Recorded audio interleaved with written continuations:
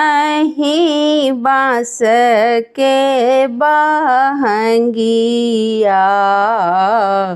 बहंगी लचकैत जाय बहंगी लचकैत जाय बन हो बलमुजी कहरिया बहंगी घाटे पहुँचाय बहंगी घाटे पहुँचाय काचही बाँस के बहंगिया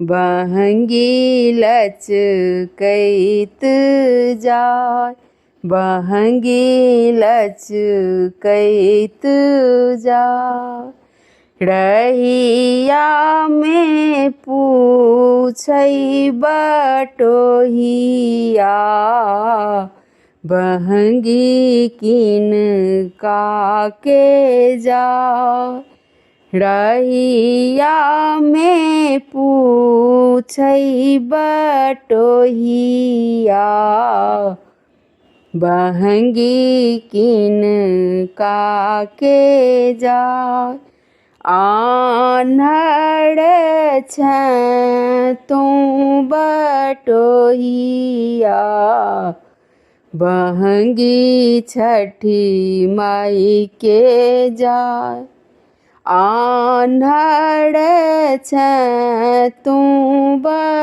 बटोहिया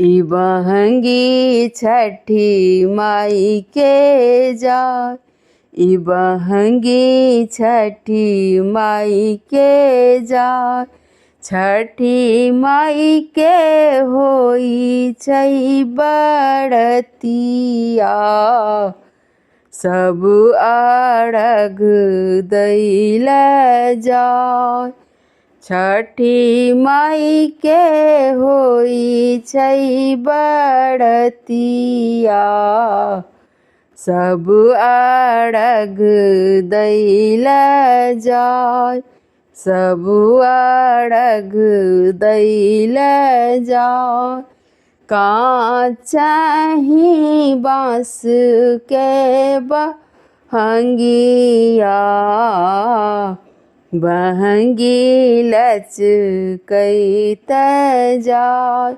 बहंगी लचकैत जाय रहिया में पूछै बटोहिया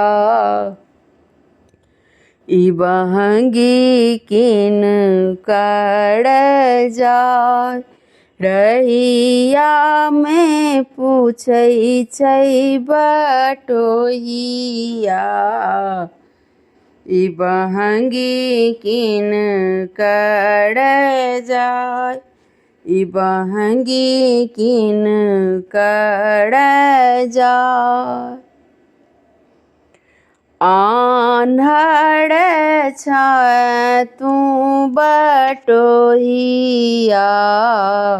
बहंगी छठी माई के जाय आन्हर छैं तू बटोहिया ई बहंगी छठी माई के जाय ई बहंगी छठी माई के जाय छठी माई के होई छन बरतिया सब अर्घ दैल जाय छठी माई के होई छन बरतिया सब अर्घ दैल जाय काचही बाँस के बहंगिया बहंगी लचकैत जाय बहंगी लचकैत जाय।